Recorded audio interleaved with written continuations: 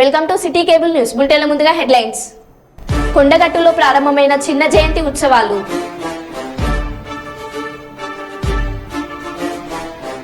కల్లూరులో వైసీపీని వీడి టీడీపీలోకి చేరిక.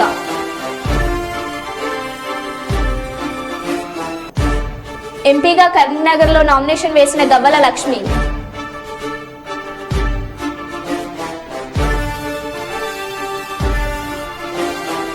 సీఎం పదవి కావాలనే స్థాయి నుంచి 10 ఎమ్మెల్యే సీట్లకు పడిపోయిన పవన్ కళ్యాణ్ రాజకీయం. సజ్జల రామకృష్ణారెడ్డి.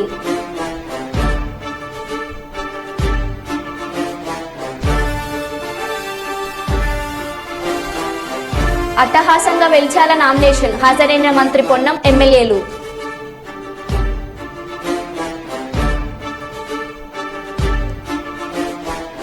చెక్ పోస్ట్ వద్ద 24/7 పగడ్బందీగా తనిఖీలు నిర్వహిస్తున్న రామగుండం పోలీసులు.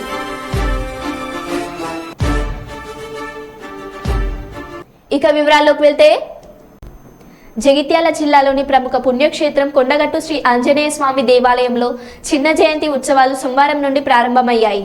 3 రోజుల పాటు జరిగే ఈ వేడుకలకు తెలంగాణతో పాటు ఆంధ్రప్రదేశ్, కర్ణాటక, ఛత్తీస్గఢ్ రాష్ట్రాల నుండి దాదాపు 3 లక్షలకు పైగా దీక్షాపరులు, సాధారణ భక్తులు అంజన్న దర్శనానికి వస్తున్నారు. ఈ నేపథ్యంలో ఆలయంలో స్వామివారి దర్శనానికి క్యూ లైన్లలో వేచి ఉన్నారు.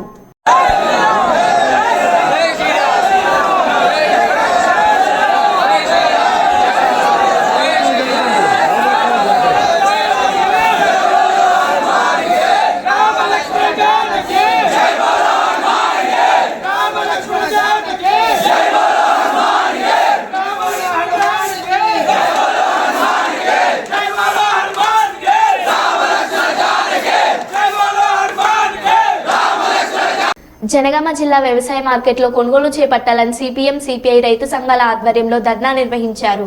ఈ సందర్భంగా వారు మాట్లాడుతూ 6 కాలం కష్టపడి పండించిన రైతులు పంటలు కొనుగోలు చేయకుండా నిర్లక్ష్యం వహిస్తున్నారని అన్నారు. తక్షణమే మార్కెట్ అధికారులు స్పందించి క్రయ విక్రయాలు చేపట్టాలని డిమాండ్ చేశారు. ఘటన స్థలానికి చేరుకున్న పోలీసులు ఆందోళనకారులను అదుపులోకి తీసుకుని పోలీస్ స్టేషన్ కి తరలించారు.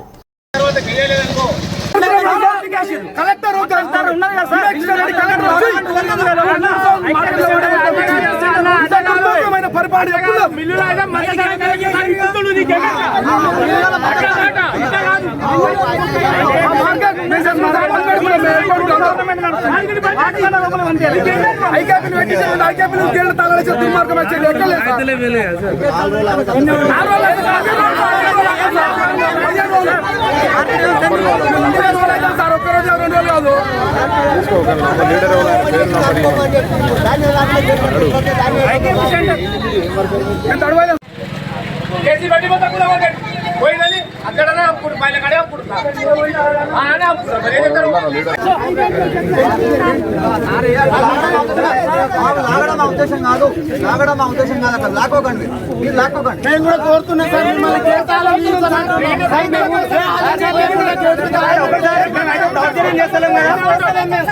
మన మార్కెట్ యార్డ్లో ఎంఎస్పీ రేటు పట్టి చేసే పరిస్థితి లేదు. కాబట్టి ఏదన్నా కూడా మార్కెట్ యార్డ్లో కాకుండా బయట ఏదైనా పర్చేస్ సెంటర్స్లో అమ్ముకోవాలి.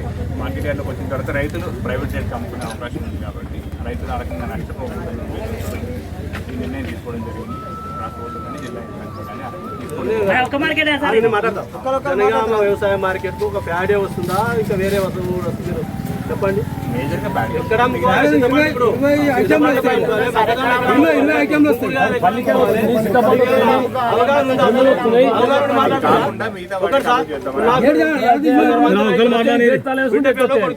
అమ్ముకుంటారు మార్కెట్ లో, అర్జెంట్ గా అమ్ముకుంటారు.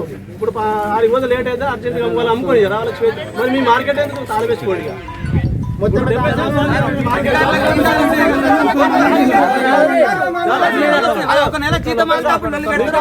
గవర్నమెంట్ మీకు ఈ మార్కెట్ గేట్ తాళమేమైనా మీకు మౌఖికంగా లెటర్ పూర్వకంగా ఇచ్చిందా? లేదు కలెక్టర్ గారు ఇచ్చిరా ఆ లెటర్ మాకు చూపించండి. లెటర్ ఏమి ఇవ్వలేదు. లెటర్ ఇవ్వకపోతే ఎట్లా అమలు చేస్తారు? ఎట్లా అమలు చేస్తారు? పిలవండి కలెక్టర్ గారిని. ప్రభుత్వం నడుస్తుందా లేకపోతే వ్యక్తులు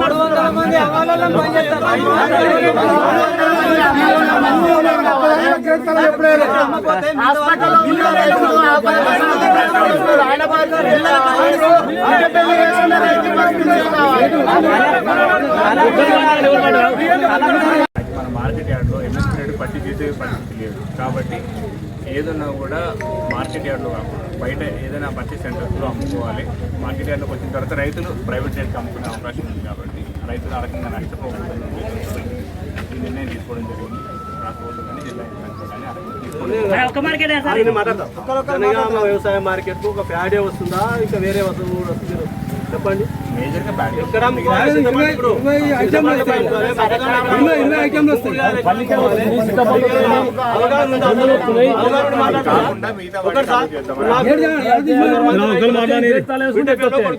అమ్ముకుంటారు మార్కెట్ లో అర్జెంట్ గా అమ్ముకుంటారు. ఇప్పుడు 6 రోజులు లేట్ అయితే అర్జెంట్ గా అమ్ముకోవాలి అమ్ముకోండి రావాలి. మరి మీ మార్కెట్ ఎందుకు తాళవేసుకోండి.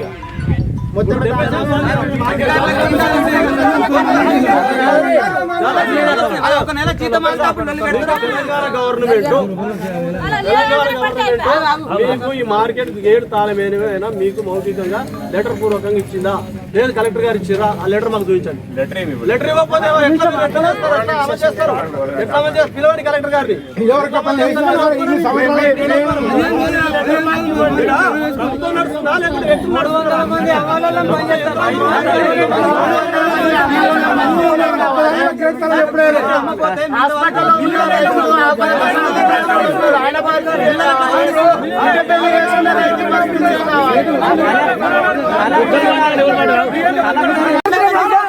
కలెక్టర్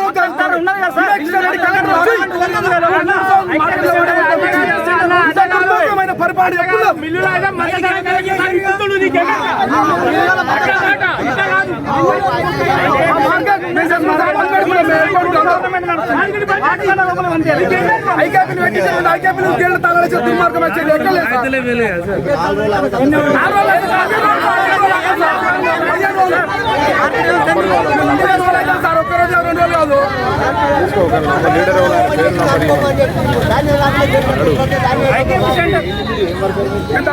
వరంగల్లో ఇటీవల లంచం తీసుకుని సస్పెండ్ అయిన సబ్ రిజిస్టర్ తస్లిమా ఇంటిపై సోదాలు నిర్వహించిన ఏసీబీ అధికారులు.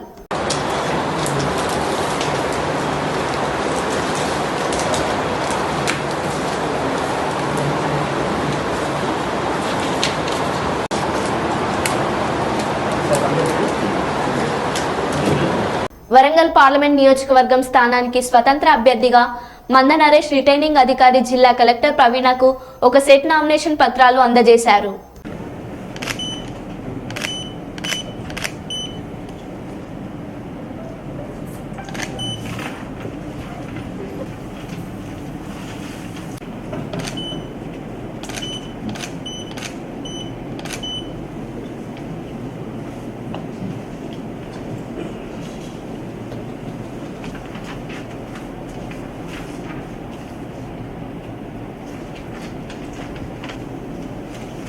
భద్రాద్రి కొత్తగూడెం జిల్లా ఇల్లందులో అకాల వర్షం అన్నదాతలనే కాకుండా సామాన్యులను సైతం కోలుకోలేని సమస్యలను సృష్టించింది.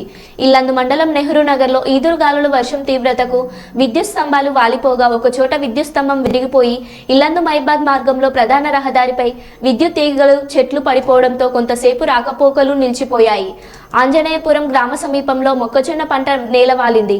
మరికొన్ని రోజుల్లో పంట చేతికి వచ్చే సమయంలో అన్నదాతలకు అపార నష్టం మిగిలింది. అలాగే సమీపంలోని కోళ్ల ఫారంలో మీద ఉన్న రేకులు ఎగిరిపోవడంతో ఈదురుగాలులు వర్షాలకు తీవ్రతకు కోళ్లు చనిపోయాయి. తొలిసారి వీచిన తీవ్రమైన ఈదురుగాలులతో పలు గ్రామాల్లో చెట్లు నేలవాలడంతో ప్రజలు అనేక ఇబ్బందులు పడుతున్నారు.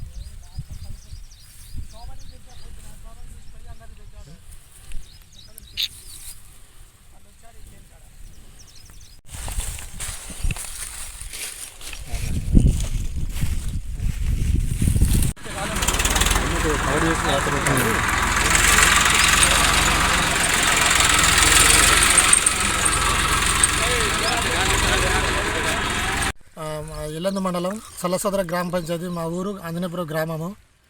నా పేరు బానోతు బనిస్లాలు సన్నాపు రాజుని. నేను 4 ఎకరాలు మొక్కజొన్న సాగు చేశాను.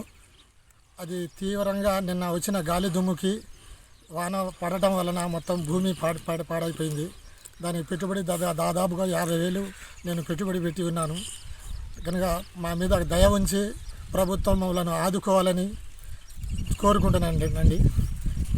ఇది ఇల్లందు మండలం నెహ్రూనగర్ గ్రామం. నా పేరు జాటో సురేష్.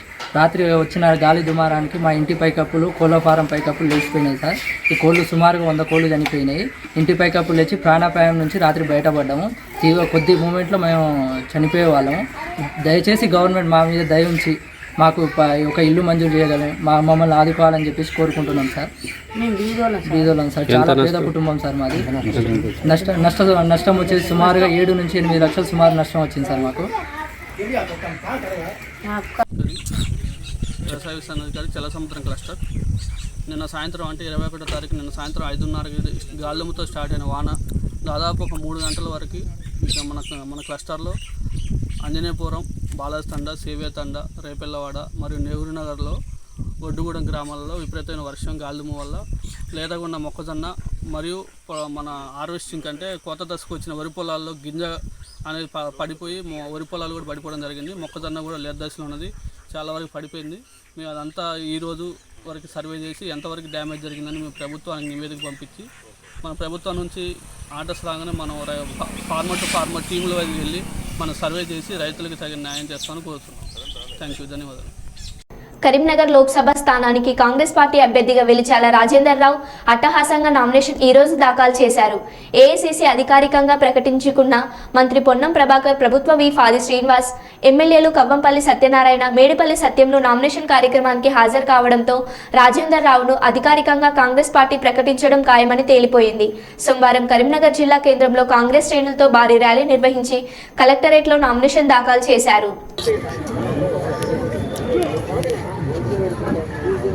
సార్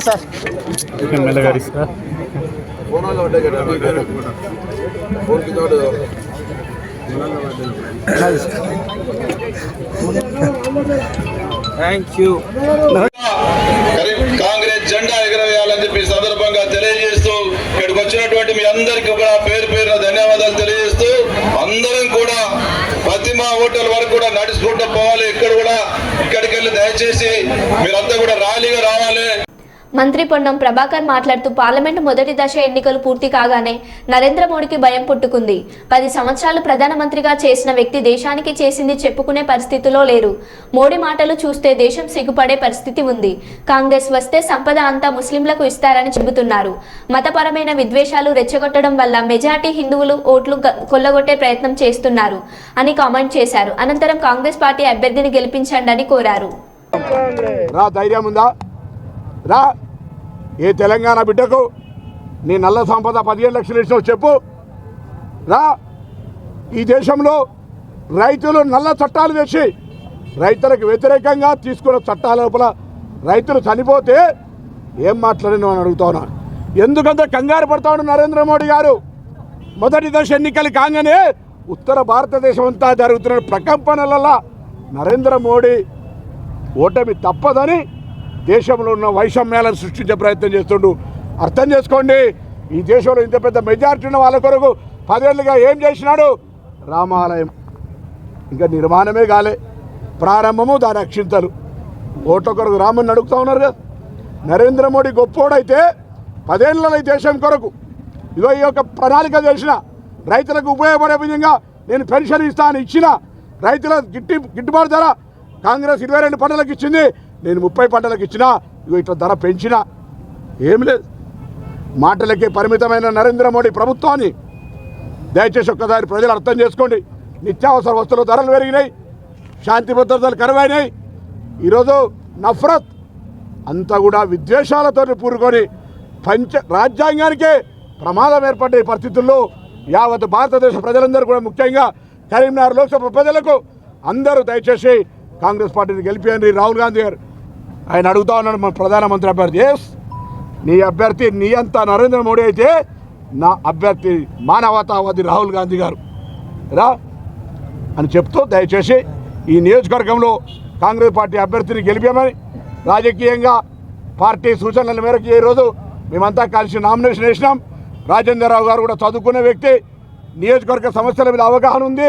వారి తండ్రి గారు కూడా ఇక్కడ రాజకీయాలు చేసినారు, ఇక్కడ శాసనసభ్యుడిగా, అదేవిధంగా మార్క్ఫెడ్ చైర్మన్గా అనేక రకాల కార్యక్రమాలు చేసినాడు.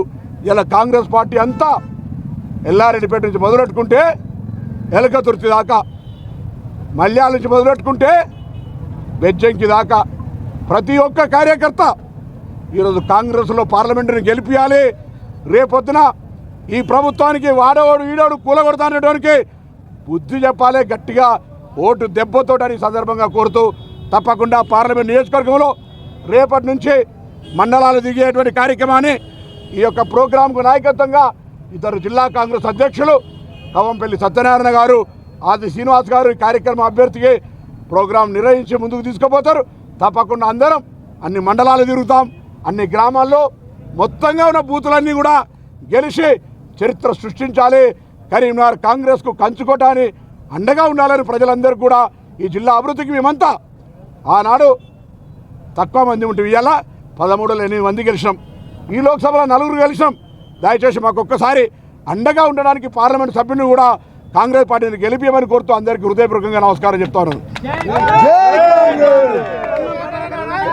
పెద్దపల్లి జిల్లా గోదావరికని లక్ష్మీ ప్రసన్న ఫంక్షన్ హాల్లో కార్పొరేషన్ అధ్యక్షులు బొంతల రాజేష్ మరియు జగీర్దార్ నజీముద్దీన్ ముబీబ్ అడ్వకేట్ తాజ్ యూత్ కాంగ్రెస్ నజీం ఆధ్వర్యంలో టీఆర్ఎస్ పార్టీ ముస్లిం మైనార్టీ అధికార ప్రతినిధి ఎండి హఫీజ్ ఉద్దీన్తో పాటు 100 మంది కాంగ్రెస్ పార్టీలోకి చేరారు. వారికి రామగుండం శాసనసభ్యులు మక్కన్ సింగ్ రాజ్ ఠాకూర్ కండువ కప్పి ఆహ్వానించారు. కూడా సన్మానించడానికి వస్తున్నటువంటి హఫీజ్ భాయ్ గారికి స్వాగతం.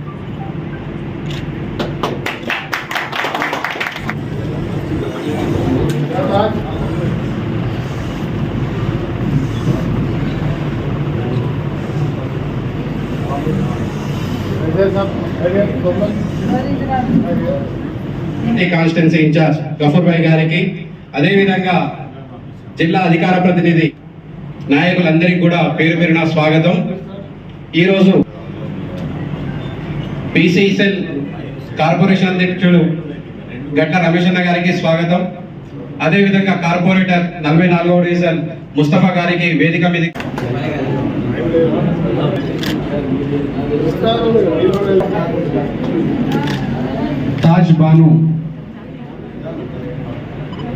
ताज बानू एक के बाद एक आइए, आप लोग एक के बाद एक आइए.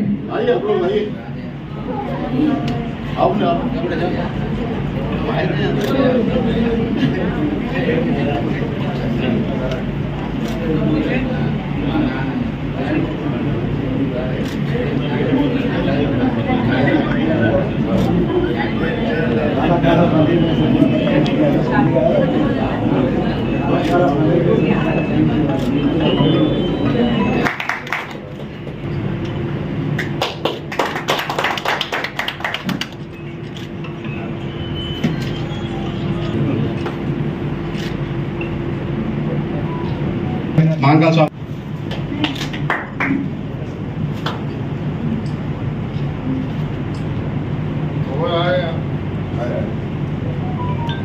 रामगुंडम साजिद भाई,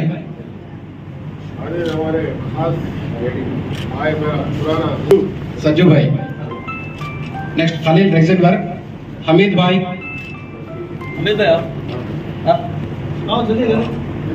खाजा बाबा,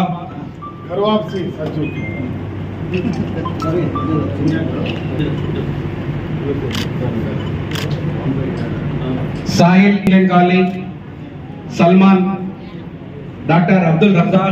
और एक बात सभी को, आज रामगुंडम तरक्की के लिए हम लोग कोशिश कर रहे हैं.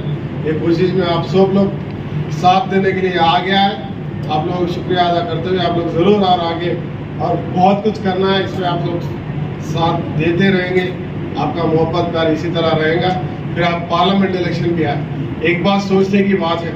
आज हिंदू मुस्लिम की बात नहीं, एक मोदी है, परसों तक ये स्टेट को केसीआर तेलंगाना को लूट पे लगा के लगा था, उसको आप लोग सबक दिए, मगर उसको 7 जमीन के अंदर दबा के रखने की जरूरत है, क्योंकि एक जमीन में फिर आ रहा, फिर बार बार आते जा रहा, उनको खत्म करने की जरूरत है। आज मोदी के लिए सोचने की जरूरत है। आज मोदी एक स्टेटमेंट दिया, अगर कांग्रेस प्रधानमंत्री बन गए तो इस देश में मुसलमान का, सिर्फ मुसलमान की लूट होगी। कितना गलत बात है। परसों ने कहा था कि मैं बोल रहा हूं, वाजपेयी थे, अद्वानी जी थे, ये लोग कभी मुसलमान को दूर नहीं करते। आज मोदी एक बदमाश बड़ी राक्षस आया, हैवान, शैतान, मैं बोल रहा हूं शैतान, याद रखो, आप बोलने की जरूरत है हर एक जगह। आज ये देश को ब्रिटिश लोग जैसा लूटे थे, ये इस तरह इन्हें हम बनाए सो इस देश को। आज हिंदू, मुस्लिम, सिख, ईसाई कोई भी है, आज पूरे गरीब, छोटा बड़ा, पैसे वाला बोल के हम पूरे मिलकर ये देश के लिए लड़े, हमारे पूरक। आज देश के लिए लड़के जान कुर्बान करके हम हमारा देश बनाए, देश को दुनिया में तरक्की में लाए। आज लाने के बाद ये 10 साल में हमारे देश को उन्होंने दूसरों को बेचने की कोशिश कर रहा, ब्रिटिश से भी डेंजर है। आज देश में क्रिश्चियन, मुस्लिम जो सभी को बीच में गड़बड़ करने की कोशिश कर रहा है। एक बार हम सब निकलने की जरूरत है बाहर। आज हमारे कॉन्स्टिट्यूशन चेंज करने का मतलब एक दलितों का जो बाबा साहब अम्बेडकर जो कॉन्स्टिट्यूशन लिखा, वो कॉन्स्टिट्यूशन निकालने की कोशिश कर रहा। मतलब कल वोट डालने को मुसलमान को नहीं, क्रिश्चियन को नहीं, हर दलित को, गरीब को और किसी को वोट डालना, किसको वोट नहीं डालने की तय करने वाला मोदी बनेगा, ये देश को बर्बाद करने वाला बनेगा। इसीलिए आज हम कल होने वाले पार्लियामेंट में इलेक्शन में पूरे जो उसको साथ देते हुए आ रहा बीआरएस, वो टीआरएस वाले को और वो बीजेपी को दफन करने की अगर हम लोग करने के लिए आगे तैयार नहीं हो तो हमारा इस देश में रहना मुश्किल हो जाएगा। ये देश छोड़ के जाने की मुसीबत आएगी।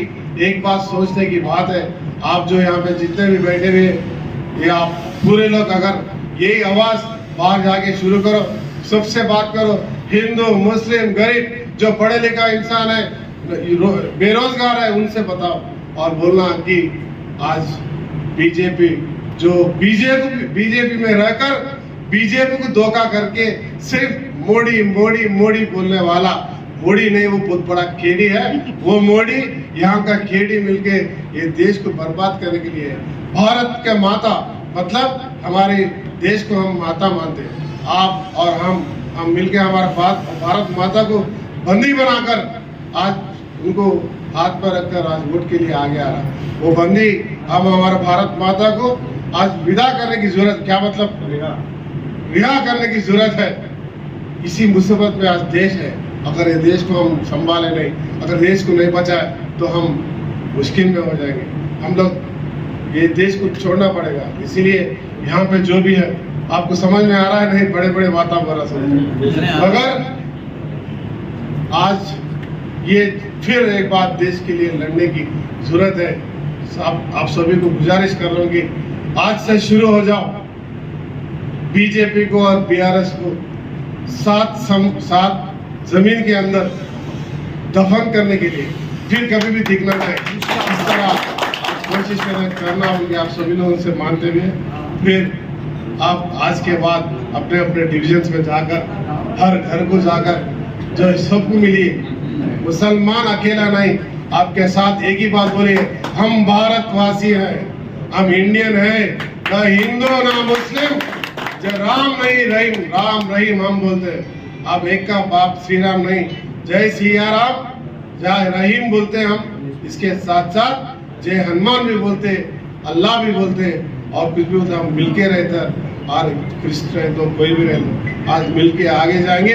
ये देश का मान सम्मान बनाते हुए फिर जो ये देश को खत्म करने वाला हैवान को अपन खत्म करने के लिए तैयार रहना होगी। आप सभी से गुजारिश करते हुए आप सभी को फिर एक बार welcome, congratulation, thank you so much. Andhra Pradesh రాష్ట్రంలో సజ్జల రామకృష్ణారెడ్డి మాట్లాడుతూ ప్రతిపక్షాలు పొత్తు ధర్మం ఇదేనా? టీడీపీ నేతల్ని ఇతర పార్టీలోకి పంపించి టికెట్లు ఇవ్వడం పొత్త? 2.5 ఏళ్లు సీఎం పదవి కావాలన్న అజెండాతో మొదలైన టీడీపీ జనసేన పొత్తు చివరికి 21 ఎమ్మెల్యే సీట్లు తీసుకునే పరిస్థితికి పడిపోయింది. వీటిలో 10 నుంచి 12 సీట్లలో టీడీపీ నుంచి జనసేనలో చేరిన నేతలే పోటీ చేస్తున్నారు. ఈ పొత్తులో పవన్ కళ్యాణ్ తమ వాళ్లకు 10 సీట్లు మాత్రమే తెచ్చుకోగలిగారు. ఇది ఎలాంటి పొత్తో ప్రజలు అర్థం చేసుకోగలరు.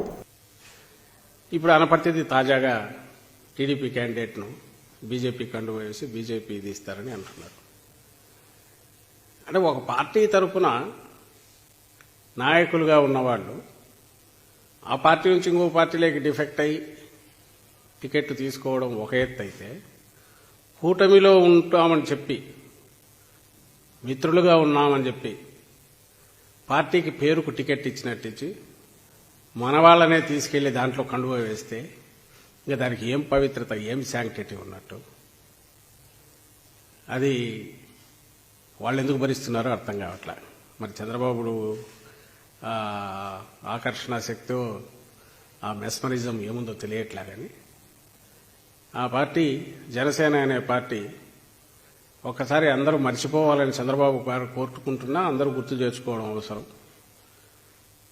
పవన్ కళ్యాణ్ గారికి ముఖ్యమంత్రి పదవి కనీసం 2 ఏళ్లు ఇవ్వాలని ఆయన పిలుచుకునే ముద్దుగా జన సైనికులు, వీర మహిళలు వాళ్ళందరి కోరిక అయితే, అలాగే కాపు నాయకులందరి కోరిక అయితే, ఆ 2.5 ఏళ్ళు అదిపోయి ఆఖరుకు అందుకు అవసరమైన 40-50 సీట్లు అంటే అవి పక్కకు పోయి ఆఖరికి అవి 24 సీట్లని, ఆ 24 సీట్లు కాస్త మళ్ళీ ఆఖరికి 24 అనౌన్స్ చేశారు. దాని ఇంటర్ప్రిటేషన్ కూడా ఇచ్చిన తర్వాత ఎగ్జాక్ట్ బీజేపీ మళ్ళీ వచ్చి ఫైనల్ కూటమి షేప్ తీసుకునే టైంకి అది 21కి పడి,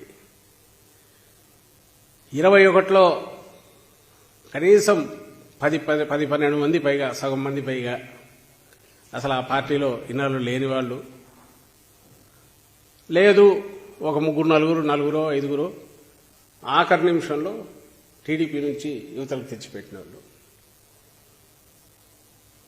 అంటే ఎఫెక్టివ్గా జనసేనకు చంద్రబాబు నాయుడు ఇచ్చింది 10 సీట్లు.